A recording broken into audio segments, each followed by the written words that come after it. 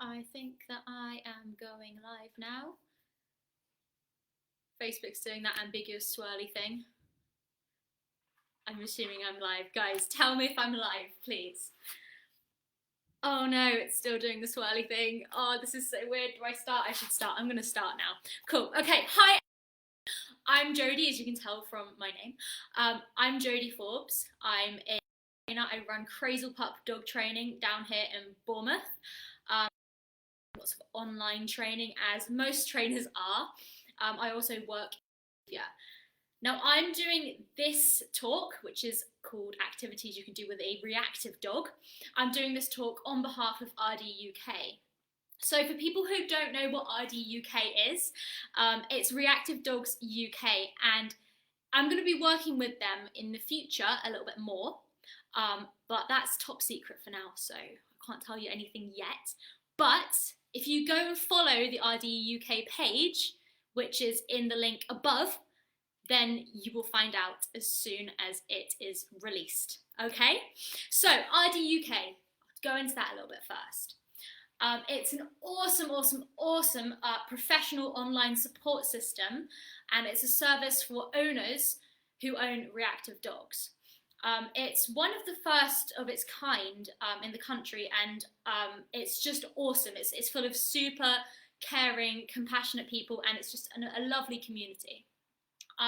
The great thing about RDUK is that it's really safe, there's no judgment, and there's always great advice, and that's because the training advice is given only by their team of qualified professional trainers. So there are loads of awesome resources there. There are loads of new things that are being developed at the moment as well. I know there's a lot of stuff in development. As a trainer, I love being part of RDUK because I am also a reactive dog owner, and I'll show you my reactive dog. So Tulip, come here. You say hello. Show everyone that you have eyes, sweetheart. Come here. So this is my reactive dog. Her name's Tulip, and we'll be talking about her in a second. So as a trainer and behaviourist, I love being part of that group because I love seeing the support and everything. I love seeing the owners kind of talking about their struggles, but then also how they've overcome it.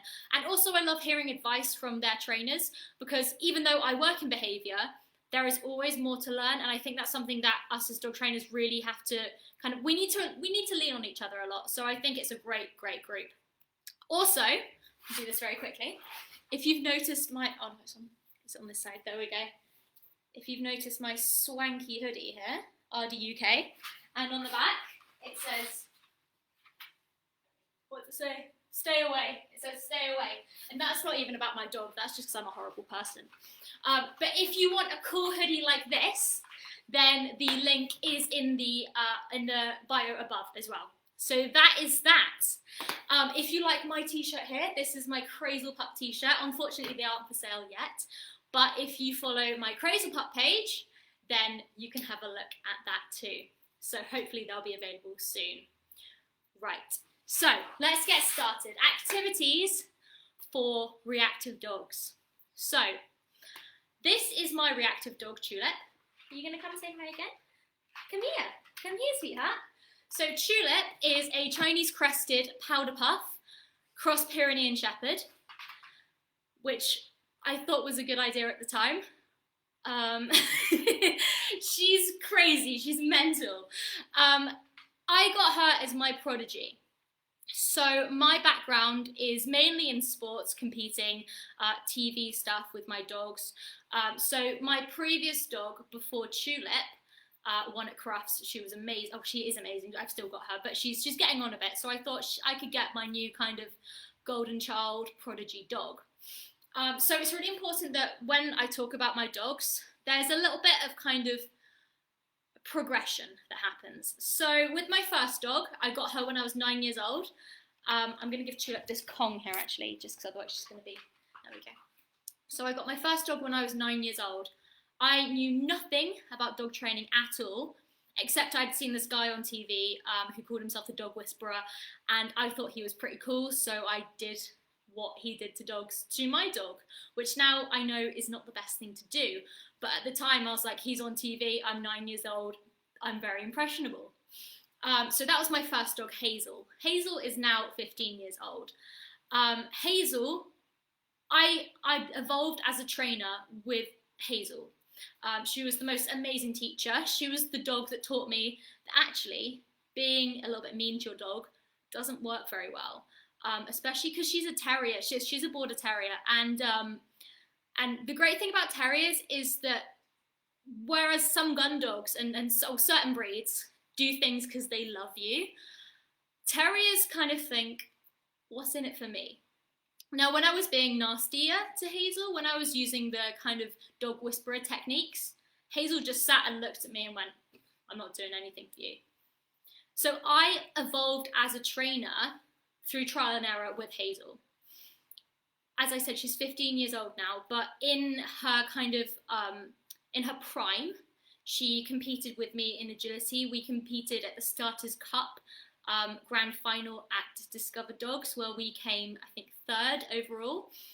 She competed with me in the International Young Handler competition, where we came 6th, I think, overall. And I think that's combined heights as well, so very, very good for a small dog. She competed in the UK Agility Grand Finals. She was the dog that got me into everything. She competed in the main arena at Crufts, doing dog dancing. She's just the most incredible first dog, and she taught me so much. So I got my second dog, who was Bramble's puppy, when I was 13 years old. Well, I bred her myself. And Hazel was so good. Bramble, who's Hazel's puppy, God, this dog, honestly, she's incredible. So she's competed at, basically, every time she's gone to Crufts, she's come home with a rosette. She's fantastic. So she's won at Crufts in agility, in freestyle to music multiple times. She's won at Crufts in grooming. She's competed in the main arena. She's done loads of TV stuff. She's worked for Amazon with Andy Murray. She's performed on stage loads of times. She's just the most incredible dog. She's champ level, so she competes at the highest level in agility. She's just the dog that I would do anything for. She's just incredible. She's the dog that everyone would want. So I thought, cool, right, I was 13 when I got Bramble. So when I get my next dog, it's just gonna get better and better, right? Because I got my next dog when I was about 18. So I knew more. I was actually at university studying animal sciences. So in theory, I should have been amazing. My next dog, in theory, was going to be a world champion. She's going to be, you know, competing at Crufts every year. She's going to be representing Team GB in multiple sports. That was the plan. And then I got Tulip. And that plan did not come to fruition. Tulip is pretty much afraid of everything. She's reactive to other dogs. She's reactive to people. She's really scared of children. When I first got her at 15 weeks, she chased cars, she chased motorbikes, she chased bicycles, scooters. That's the herding side of her. I know a lot of people in here will have collies and stuff, and that is a real trait that we see in herding breeds. But she's just ultra sensitive. So sometimes I'd take her training, and if the grass was slightly too damp, she would just melt and we couldn't get anything out of her. Sometimes I went to training, and if a dog had weed in a specific spot, there's no way she's going anywhere near that spot. If the treats weren't quite right, she's not going to take treats. If I put a tiny, tiny bit too much pressure on her, she just melts. So I'm not the most fit person in the world, and when I'm running around an agility course, if I breathe heavily, if I breathe just a tiny bit too heavily, she just shuts down. You know, she does nothing. She freezes, or she'll bolt, or she'll roll over and just kind of melt into her back. So she is the most crazy sensitive dog in the world, and definitely not the dog that I wanted necessarily, but she is the dog that I got. So yeah, when I found out that Tulip was like this, that kind of prevented me from going to certain classes due to her anxieties, and also reactive dog policies. So a lot of dog training classes don't take dogs that are reactive, and I get why. We'll talk about this a little bit more later. And I get why, because it is easier not to have dogs like Tulip who will be, firstly, stressed out, and secondly, distracting other dogs by their reactions. So what I wanted to do when I set up my dog training business is I wanted to create an inclusive training club where reactive dogs are welcomed, but not only that, they're comfortable and it's tailored towards them. Because every activity that we do with our dogs builds their trust in you as their owner. It improves your bond between you and your dog, and it can also increase their confidence. Now, why do I love doing activities, like structured activities with my dogs? Well, firstly, it's brilliant because taking a reactive dog out for walks all the time can be super, super stressful. Doing a structured activity, and when I say structured activity, I just mean something that has a name. I don't necessarily mean we're doing it to compete at crufts. We're just doing it because I just mean something that has a name to it, basically. Doing these kind of activities can replace your walks if your dog is super, super trigger stacked, if you're not able to go out that day. It doesn't replace walks all the time, but it gives your dog something to do. So, we can also, so Ruby's here saying disc, and actually disc is something that I haven't mentioned in this, so Ruby's going to be super mad at me because I was actually the junior representative of one of the disc societies in the UK, so I should have added that in. I'm really sorry, Ruby. So, firstly, when we talk about our reactive dogs and our anxious dogs, the main thing that we need to kind of hack into is what motivates them. And I'll talk about that in a second. So my main sport that I've been competing in since I was 9 years old is agility. I absolutely love agility. I think it's so much fun.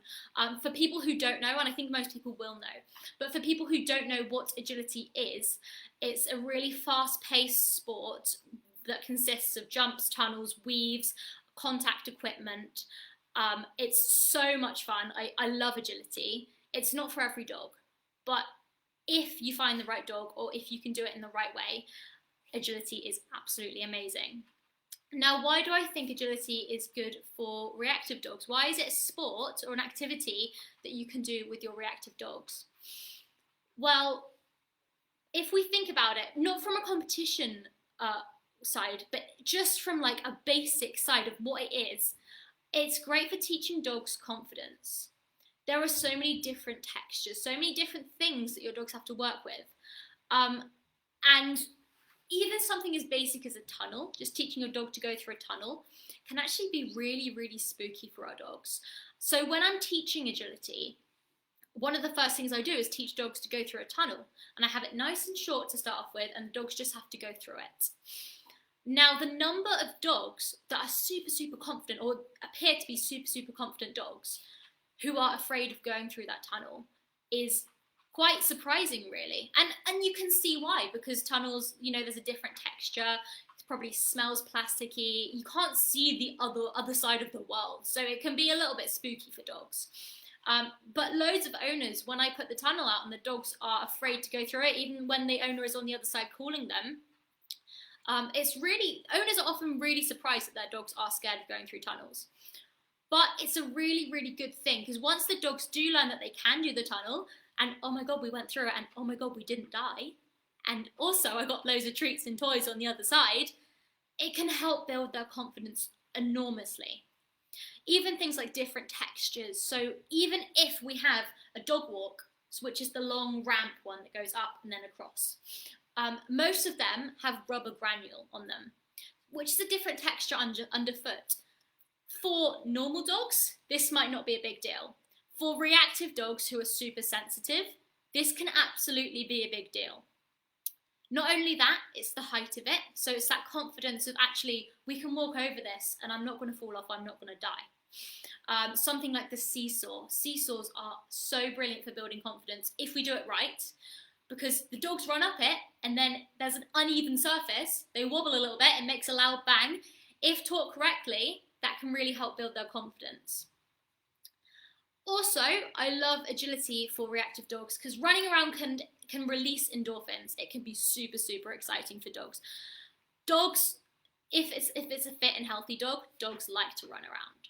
and it's brilliant at releasing that energy. So if, like I said, there's a day where you can't go out to train or you can't go out to walk your dogs, maybe they're super trigger stacked, maybe there's a lot of stuff going on, then just, 10-15 minutes even of agility can completely exhaust your dog. It's not just the physical exercise, but it's also the mental exercise. So when I started doing agility with Tulip, she, like I said before, she literally should see the equipment and she would just shut down. Now, I made a really, really huge mistake that I didn't even know that I was making at the time with Tulip, with her weave poles. So when I started teaching Tulip to weave at about a year old, unfortunately, she was having a phantom pregnancy. Now, I didn't realise she was having a phantom pregnancy until after the session. But when dogs have phantom pregnancies, especially this super sensitive lunatic here, they can feel, off colour. They can feel uncomfortable. Things feel weird to them. They have lots of hormones kind of rushing around their body. Things don't feel right. I, unfortunately, started teaching her weaves when she was going through her first ever phantom pregnancy. That was kind of one of the first times that I'd introduced weaves to her. I must have put a little bit too much pressure on her. And anyway, it took about a year for her to even go near weaves again. Whenever she saw weave poles, she would just completely freak out. And nothing bad necessarily happened with the weave poles, except she didn't feel right, and I asked her to still do it. And that is really difficult when I'm used to my border terrier, Bramble, who just sees agility equipment and she's like, yeah, I love this, this is amazing. Having a dog that is afraid of a piece of equipment.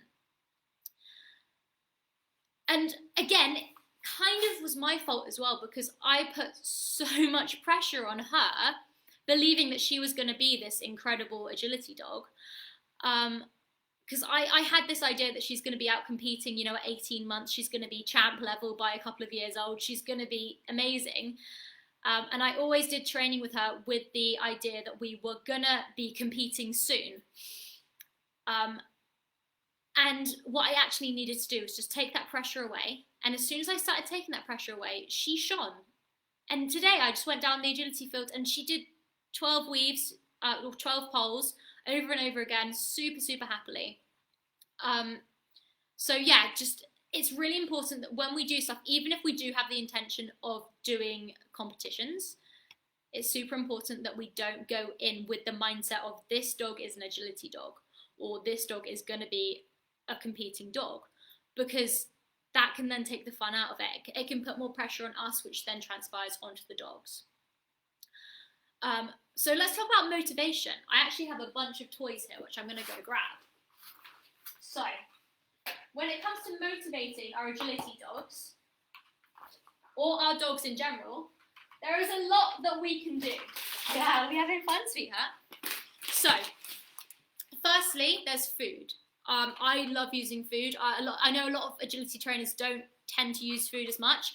I do like using food because I think we can be a little bit more accurate with food. Some types of food that I generally have found you can't go wrong with.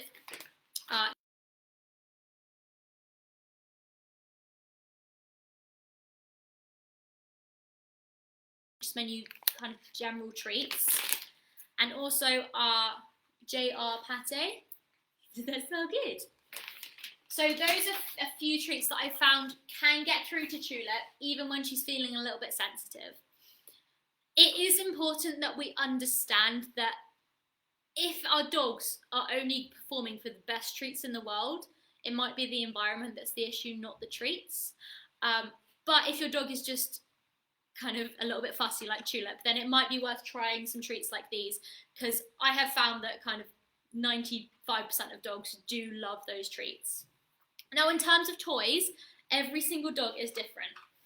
So Tulip loves all toys. She's mental for toys. Hey, Tulip is crazy for toys. So anything raggy like this, she absolutely loves. Like I'm so lucky that she is such a toy-driven dog. You can go play with that. So something like that, something raggy, something that's fluffy like this. God, I have a whole reel of them here. So the swag toys, the Southwest Agility Goods, yeah, that's it, toys, are touch and go toys. tug enough toys. Things like this that we can be interactive with are really, really exciting. They're really fun agility toys. You having a play? We also have stuff like this. Again, another toy. This one has a squeaker in it. Some dogs love squeakers. Some dogs are completely freaked out by squeakers. If your dog is interested in animals, then something like this, which is a rabbit skin toy, really, really exciting. So for one of my terriers, Hazel, she was not toy motivated at all until I got out the rabbit skin toy, and suddenly, best thing in the world. Udder. So these are milking, they're used for milking, they're in the dairy industry basically, and they have to be thrown away after a number of uses because of mastitis. But you can buy these at agility shows. They smell like cows, they stink. Some dogs go crazy for them. Here, this is a fluffy one, but this is great for the dogs that aren't as toy motivated. You can open it up and you can pop treats in there, and then you can have a play with your dog, and then they can get treats as well. It can encourage them to pick it up, to have a play with it. Does it smell good? And also it can encourage them to retrieve and tug on the toy. Something like these puller toys. I don't know what's in them, but I have found that lots of dogs just go crazy for these. I don't know what makes them different from other toys, but I think it's the idea that dogs can like really sink their teeth into them that gets them super excited. For dogs who love balls, this is a really good, kind of a ball on a string is really, really good. What I would say for our reactive dogs is play with them indoors. Teach them how to play indoors before we take it into our training setting. Just have fun training them, because as you can see here, Tulip loves her toys so much. But as soon as they're in a training setting, they can suddenly become very overwhelming and very scary. And because she was so good at playing with toys, I just assumed that she would work for toys in a training setting where she actually wasn't, she wasn't driven by them because she was so overwhelmed. Something else that's really important to understand is that dogs who love playing with toys, it can sometimes throw them into a state of over-arousal. Now, for reactive dogs who can become quite over-aroused quite easily, playing with toys might not always be the best thing, especially if there are going to be other dogs in the environment, or if your dog becomes overexcited and then shuts down. So that's what Tulip does a lot of the time, is she's playing and she's having a great time, and then suddenly everything's too much and she shuts down. So remember if you're playing with your dogs using toys, that's absolutely amazing, but make sure we kind of limit it as well, and we pace ourselves and we take it nice and slowly. Right, so that's how I have found motivating Tulip the best way. Also, sometimes with Tulip, she literally will not work for toys, she won't work for food. However, she will work for random things in the environment. So in our minds, a lot of the time, we are limited to food rewards, toy rewards, and verbal praise. Whereas actually for our dogs, we don't define what's reinforcing for them, they define what's reinforcing for them. So there have been days where Tulip doesn't want to do anything for a toy or food or verbal, but if you pick up a dandelion, suddenly that is the most reinforcing thing in the whole world. I remember at a show one time, she was just out, she didn't enjoy it, she wasn't having fun, and then I picked up a feather, and suddenly the feather was the best thing in the whole world, and it just completely changed her mindset. So it is important as well that we don't define what's reinforcing for our dogs, they define it. So if they find something that's fun and rewarding, just go with it, even if it's really weird, even if it's just a dandelion, go with it. If your dog is having fun and finding it reinforcing, that's brilliant. Right, so how do we do agility at home with our reactive dogs? So I'm going to go do some practical stuff now. So here, here's a few things we can do with our dogs, okay? Right, I'm gonna move all these toys. I'm gonna move all the toys.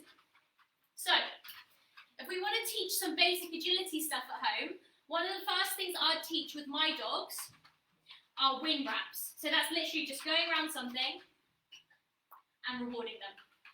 Now I have directional cues. So in one direction, I say wrap. In the other direction, I say check. Tulip. So with Tulip, you go wrap, reward. Can you go get that? If we're going clockwise, it's check. If we're going anti-clockwise, it's wrap. And how we teach that, I just teach it through luring. Yeah. So it's just treat to nose. I'm just going to lure her around like this. Now when she gets to this point, instead of just rewarding her here, I actually throw the treat forward.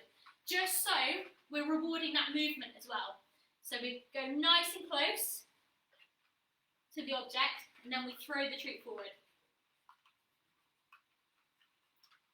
Now I would wait until your dog is doing it, come here, sweetie, is doing it nicely when you go like this, so on physical cue before you add in the verbal cue.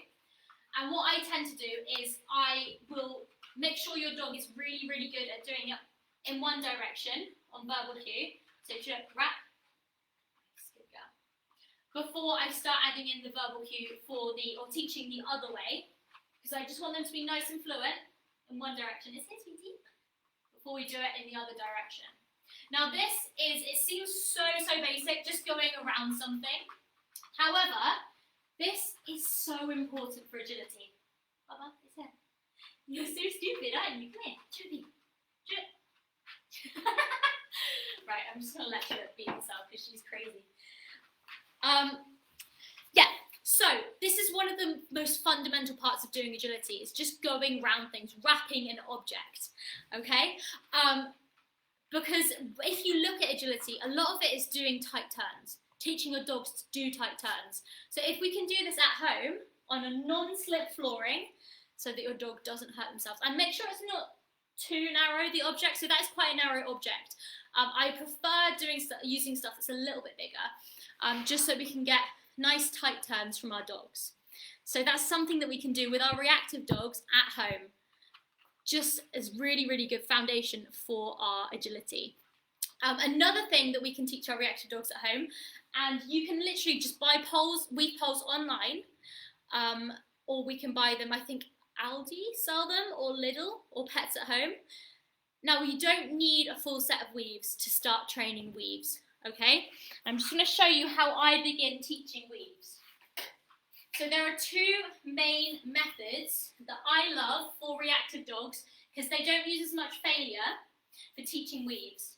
So one of them is called the 2x2 method, where basically you just teach your dog, you have the weaves like this, you just have two poles, they're nice and open, there's 60 centimetres between, which is the standard distance between poles in agility, and you just teach your dog to go straight through. So it's just a gate basically, and the dogs go straight through. And then gradually you move them inch by inch like this, and the dog still goes straight through. And it teaches them, firstly, to target the weaves, but secondly, if you move them in the right direction, it teaches the dogs to target the weaves left shoulder first, which is when we compete with our dogs in agility. When they enter the weaves, they always have to enter left shoulder first. Another method of teaching weaves, which I really like that you can use at home, is the channel method. So how we teach that, I would use 3 or 4 weave poles for this, is we start them, so if this is straight, we just have it slightly staggered. So Tulip, come here, sweetheart. So if it's straight like this, we have it slightly staggered. So the next pole's here, the next pole will be here in line with the first, the fourth pole will be in line with the second, but there's just a little bit of a channel on the way through. And what you can do is either, if you have someone else there with you, you set your dog up here, hi darling, and you call them through, or if you're on your own, you can use a toy or a manners minder at the other end, and you send your dogs through, and it's just a brilliant way of gradually teaching them how to weave without much failure. Because I have found, with Tulip especially, I did have to adjust the way I taught weaves, just because well, she had her issues with the weaves anyway, but anytime she wasn't 100% successful with it, she became really, really anxious. So it's really important as well when we teach our agility or anything, we also reward our motivation. So if your dog doesn't do something 100% accurately, but they try really, really hard, I would always reward that still. Especially with our anxious, reactive dogs, I would always reward the effort, not just perfection. Something else we can teach our reactive dogs at home for agility as part of our foundations, a reliable wait. Now, a reliable wait isn't just good for agility. That is something super, super important for our reactive dogs anyway. The number of times I've used Tulip's wait out on a walk when someone's allowed their dog to come running over, I'll just tell Tulip to sit and wait, and I'll just take a few steps forward, collect that person's dog with a treat to its nose and take it back to the owner, and Tulip just stays there. So having a reliable wait is such an important life skill, but if you're doing agility, it's really, really important as well, and it kind of gives you the motivation to teach it really solidly. Something else we can teach our dogs at home for agility are running contacts. So if you have something like this, which is my contact map, are you so excited? All we need to do with this, running contacts, when we teach it, the majority of it is flat work. So when I talk about running contacts, that's the dog walk, so the ramp that goes up like this, and then flat at the top. There is a contact area at the base of the dog walk, and the dogs have to hit this area with one of their feet, or with part of their body, usually their feet. Otherwise, they get faults. So when we teach running contacts, a lot of the time we just teach them to walk over this mat. You don't bite the mat. They go over the mat. We mark and reward them for going over the mat. And then we put the mat at the end of the dog walk when the dogs are very, very solidly hitting the mat. And then they learn through their stride regulation that they hit the mat at the end. So this is something that you can practice at home with your dogs. So literally, it can just be a bath mat that's been cut out. And all you need to do is just treats in each hand. Yes. I reward her on this side. Yes. That's it. I need to cut her fringe. She can't see the treats. Yes. And what we do gradually is we can move it out as well if they target it. Yes, good job, it's here. You're so silly, come here. Yes, good job, it's here. Good. So this is how we teach our running contacts. Sure. Yes, good job. Just teaching them to target this mat. And like I said, it's something that you can easily teach at home to your reactive dogs, just so that it means you don't have to kind of do so much in person. And also, if your dogs become confident doing stuff at home, when you take it to classes or shows, they will already have all of that confidence. Something else that we can do to build confidence in our reactive dogs is to teach them a 2-on, 2-off contact, which is basically when they have their front paws on an object, their front paws off of an object, and their back paws on an object. So this can be used in agility as when they do their contacts, so at the bottom of the contact equipment. But also, it's just really good for teaching our dogs proprioception. So a way I teach this, there are kind of 2 ways of teaching this. The first way is luring them and then rewarding this. The second way is shaping them going back. You went too far. You went too far. Yes, good job. And teaching them to target with their back paws, which is, again, really, really good for their proprioception. Something else we can do, talking about proprioception, is if you're completely nerdy like me and have not a lot of money to burn, but also spend all of your money on dog stuff, you can get nerdy and get some really cool like wobble equipment like this. So this is great for agility, teaching our proprioception again, and 100% stuff that we can do at home. So teaching our dogs that they can control their feet. And for Tulip, a lot of this is actually teaching her that you can stay still as well. Yeah, good girl. So how we teach something like this is we literally just lure our dogs. We reward front paws first because most dogs are better at knowing they have front paws. A lot of dogs don't know that they have a rear end. And we gradually just lure them forwards. Anytime they put any of their feet up on this, we mark and reward. Good stuff, on then.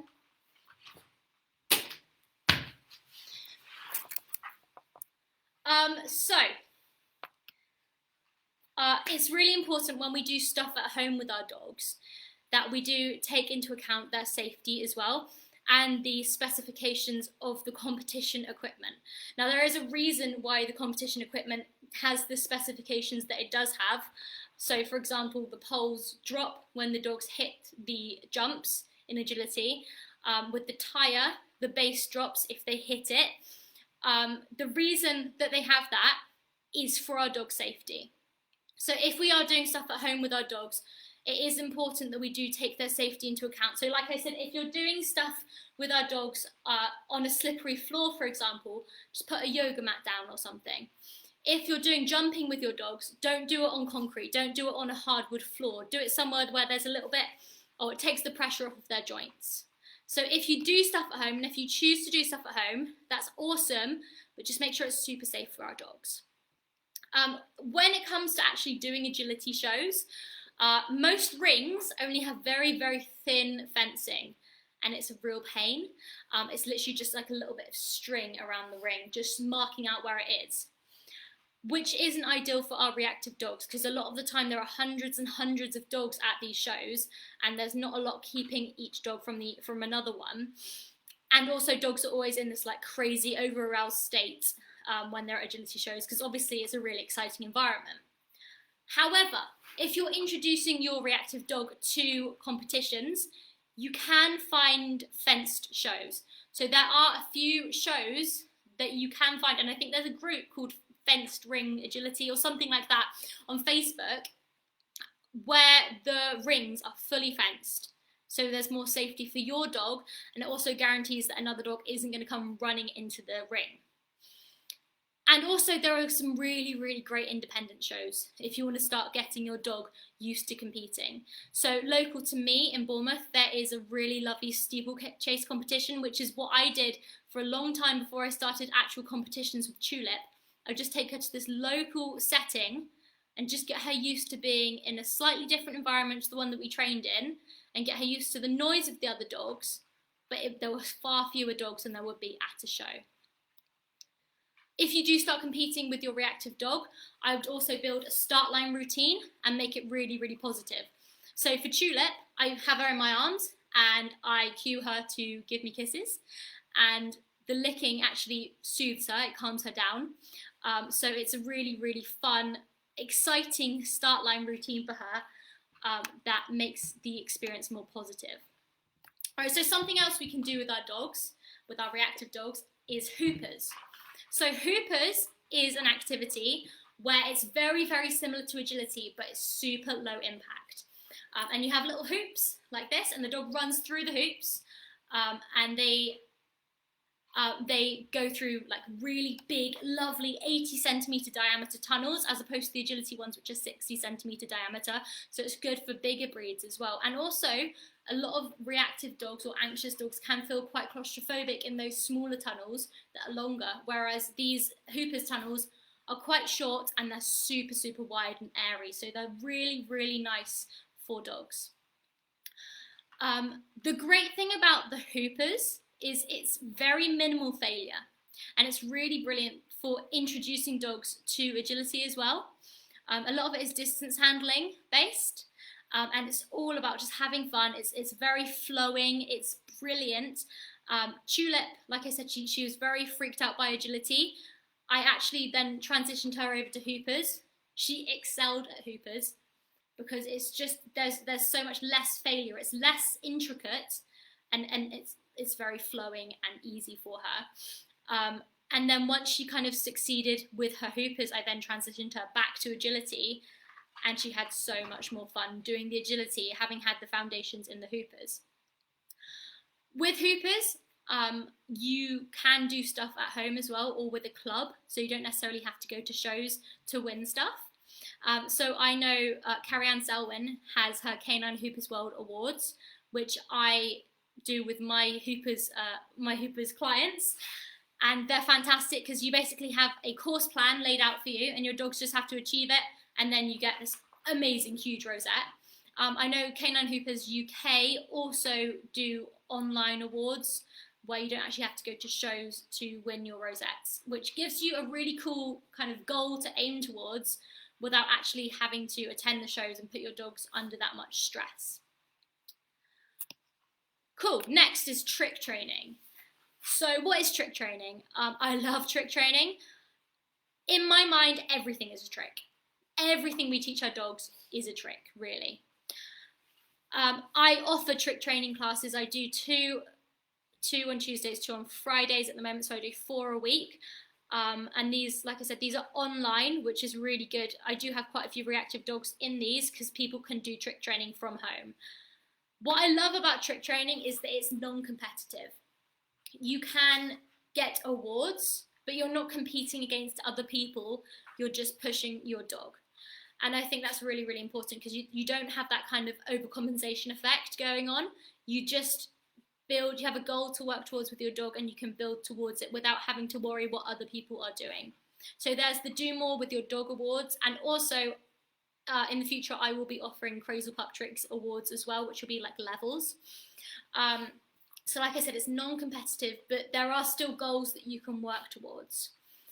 It's your own pace, and it can be high or low energy. So my 15-year-old Border Terrier who has kind of dementia, doggy dementia, and has bad hips and bad legs and everything, she does trick training, and I work with tiny, tiny little puppies. I think there's a 12-week-old Border Terrier puppy in my trick training class. So it can be for any dog, and it's awesome. It also, again, trick training, like I said, it can be very high energy as well. So for dogs, if our reactive dogs can't go for a walk that day because they are trigger stacked, you can do trick training at home. Doing a bunch of leg weaves and jumping over your arms and kind of strength tricks such as doing a bow or doing a beg, that can really, really tire our dogs out as well. So it requires a lot of proprioception. It's amazing at building your bond between your dog and also building their confidence. So a few activities you can do with your reactive dog to build their confidence. I'm just going to show you. So the first one is so simple. Just luring your dog to face away from you. So just this. Now this is so simple, but you'd be surprised at the number of dogs that are not comfortable facing away from their owners. Because you want to face, it is uncomfortable for them if they're not used to it. Kelly. So this is something you can do with your reactive dogs. It's literally just doing some nice luring treat to their nose and just lure them so they're facing away from you. And just reward them for that. And they learn that nothing bad happens when they're facing this way either. Good stuff. Something else we can do with our dogs, and this is something that Tulip really struggled with, is leg weaves. Legs. Now Tulip, being a small dog, she always has a fear that I'm going to step on her. I don't think I ever actually have trodden on her, but she always thinks I'm going to. So teaching her leg weaves was a real struggle. Whereas with the terriers, if you tread on them, they go, yeah, that's fun, let's do it again. Like, they don't care about it. Tulip is so sensitive about things like this. So how I teach leg weaves, treat in each hand. We just lure our dog for going through. And again, throw the treat forward, so we reward that movement as well. And it just teaches them that actually they can walk between our legs and we're not going to tread on them. It's not super spooky. Another thing that I've taught Tulip, which is actually amazing for her anxiety when we're out and about, so this is a really useful trick, is her jumping into my arms. So I'm just going to show you that really quickly. Good job. So this is such a useful trick, and it's more useful than I ever thought it would be when I first started teaching it. If we're out and about and a dog comes running over to Tulip and she freaks out, I don't want to have to bend over and grab her, because that will then cause even more anxiety from her. What I can do is if I see a dog running towards me, I just cue, hop up, she jumps into my arms and I can walk away. So it's a trick, and it's a fun trick, but it's also a super, super useful trick that we can do with our reactive dogs. And I think it's something, if you have a small reactive dog, I think it's something that every reactive dog that can physically do this should be taught, because I think it's really super, super useful. Something else we can do with our dogs, dog dancing. So that is just like tricks, but we put it together into a routine. It is so much fun. It's great at teaching engagement from our dogs, and it's also great at teaching them to build up working without food in your hand, because eventually you'd have to do a whole routine before they get rewarded. So they're not just looking for the treat the whole time, they're actually looking for that engagement as well, and then they get a huge reward at the end. So I did dog dancing with my 12-year-old dog. I've done it with 6-month-old puppies. The great thing about competing in dog dancing is there's one dog in the ring at a time, and usually the rings are very much fenced, so it's quite safe. Tulip has done dog dancing competitions before, and she did not find the environment super stressful. Obviously each dog is different, but it is quite an accommodating environment for reactive dogs, just because it's one dog in at a time. There's usually only one ring at a time as well, and the dog goes in, they compete, and then they go out again. Also, with dog dancing even, there are online competitions. So there's a group on Facebook called Video Dogs UK, I believe, and that also provides the opportunity for you to put together a routine, and then your dog can win some rosettes. Right, I am aware that I've been talking about agility for like 90% of the time, and I still have a few more things to talk about, so I am kind of rushing now. Right, so there's also scent work, which is such a great activity for our reactive dogs to do. It's low impact, it's all about building confidence with your dogs. It's for dogs of all ages, it's super, super inclusive, and it's also really fun. The great thing about scent work is that in competitions, it's one dog at a time, and you also have the opportunity to do online competitions with Scentwork UK, and I believe Detection Dogs are also doing online trials. Nose work can be super relaxing for our dogs, and it's something that we can teach our dogs fully from the comfort of our own homes. So how we begin teaching scent work is we have a chosen target odour. So I have cloves in here, and I have some articles as well. And how we do this is we literally just condition this odour so that when they smell it, they get a treat. Good stuff. And eventually, we actually teach them an indication. So in theory, Tulip's indication is a down, so we'll see if she does this. So the whole premise of scent work is that, yes, good girl. The whole premise of scent work is that they find that scent, and then they do an indication of some form. It can be a passive indication, or it can be an active indication. So a passive indication is like a freeze or a sit or a down. Yes, good girl. And an active indication is like bringing the object back to you. And like I said, this is something you can do from the comfort of your own home, and it really tires your dog out. So even just doing a handful of searches with your dog can really, really wear them out. And I just absolutely love just doing scent work in my room or in this room, just hiding something. You can hide it anywhere, and just watching your dog seek it out. Something else that we can do with our dogs is tracking and man trailing, which are about building up positive associations with dogs and people, and it's just brilliant. So with tracking, if your dog is human reactive, you can get a human to lay the track, and then the dogs associate the scent of the human with the rewards. And we have had dogs in tracking classes that are hugely reactive to a certain person, and then the person lays a few tracks, and then by the end of the class, the dog is actively seeking out the attention of that person just because they've made those awesome positive associations there. Man trailing is quite similar. So Tulip, as I mentioned at the beginning, is very reactive to people. I've had it where people have done just a single man trail with her, which they go off and hide, and then she finds them. They've just done a single man trail with her, and then she's gone and actually chosen to sit on that person's lap later on and given them kisses and everything. So it's absolutely amazing at building those positive associations in such a passive way. It's not necessarily obvious that these associations are changing at the time. It's so passive, but it's so brilliant. A couple more things. So obedience and rally are activities we can do with our reactive dogs as well. I have not competed in obedience or rally, but I have trained up in it. Even if you don't want to compete, it's brilliant at teaching excellent focus from our dogs. And a lot of the activities are brilliant just to teach our reactive dogs anyway. So a solid stay, like I mentioned before, a brilliant recall, emergency stops, walking to heel. So I often use my competition heel work with Tulip, which is just a super focused heel work. If we're in a narrow alleyway and we're walking past another dog and I just want to get past, so I'll just cue her to be super focused on me. She'll just trot past the other dog. She won't even acknowledge it.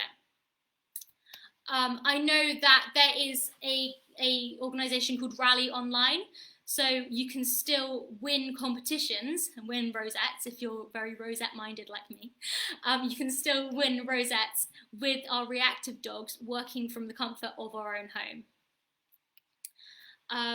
Canicross and running is something that we can do with our dogs, because a lot of the time they will be kept on lead, or they will always be kept on lead. And I've heard so many accounts of reactive dogs having had their Canicross harness put on, and suddenly they just ignore all other dogs, and they're so focused on what they're doing that they don't even kind of acknowledge that there are other dogs or people or whatever they're reactive to in the environment, because they're so focused on doing their running. Now, if you are going to do Canicross or running with your dog, you have to make sure your dogs are fit, because a lot of dogs that are reactive do have some medical issue as well. So please make sure that your dog is super fit and healthy if you do choose to do Canicross or running with them. I'm going to kind of go a little bit left field here, and I'm going to also say handling. Now, handling is like showing. It's not always like, if we I don't know how to say this in the nicest possible way. Showing is about showing the best specimen of a breed. Now, if our dogs are reactive, that probably isn't going to be the best specimen of the breed. However, just teaching your dogs that handling, so being able to stand on a table, being able to be kind of fussed at, picking up their paws, stuff like that, is actually super useful. So Tulip's a crossbreed. I have no reason to teach her how to do kind of the show stuff, but I've still done it anyway, because it's really helped with her visiting the vets or her being groomed. Just teaching her that actually, you know, being on a table, being fussed at a little bit, can be a fun activity as opposed to something that's really spooky. Now, I've listed so many activities, and there are so many activities that we can do with our reactive dogs. And everything that I've mentioned here is stuff that I do with Tulip. And Tulip is a maniac, and yet she enjoys doing all of this stuff now. It's so important when we do these activities with our dogs that we do keep it fun. We have to remember why we do it in the first place. Now, I am very rosette-minded. I do like the precious. However, I have to remember that every time I do compete with my dogs, or even just teach them an activity, I do it primarily because I love spending time with my dogs, and I want them to enjoy it too. And that is something that we really have to drill into our minds with all of our dogs, but especially our reactive ones, just because if they are anything like Tulip, they will melt under that pressure, and we have to make sure that it is always fun and rewarding for them. Due to COVID, loads of classes are online. Loads of stuff is online at the moment, which is so cool for our reactive dogs, because we can teach them all of these activities and teach them to become quite fluent in all of these activities online, so that if we ever did want to go and attend classes or do stuff with them or compete with them in the future, they will already understand the job. So that's one thing that is already less stressful about it. So when they go and step into that ring, or you go and you start competing with them, they already know exactly what they're doing, so it makes it a lot less stressful for them. There is an activity for every single dog out there. If your dog is a 14-year-old German Shepherd, or if your dog is a 6-month-old Cockapoo, there is going to be an activity out there for your dog.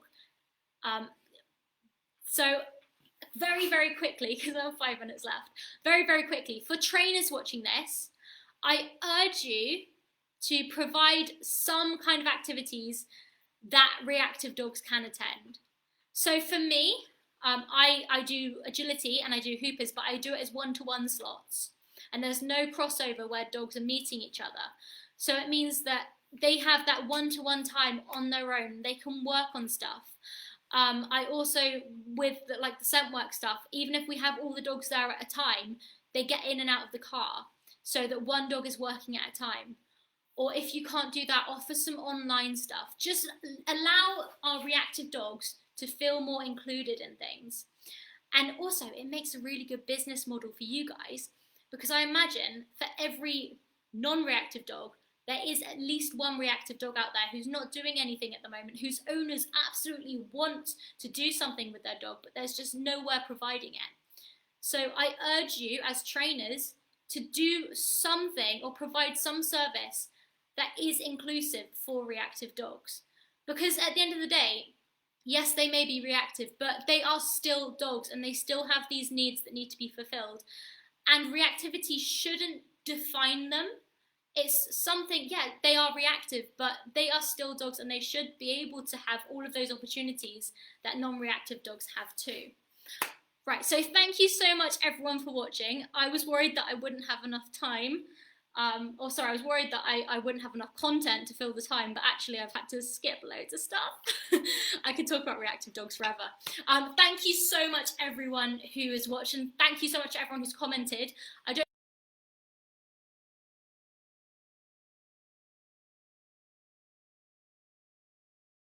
Everyone for watching, and you can say goodbye, Tulip, because I feel like you were really the star of this. This is why she couldn't see the treats, because she has this massive top knot at the moment. Right, thanks guys. Have a lovely weekend. Bye-bye.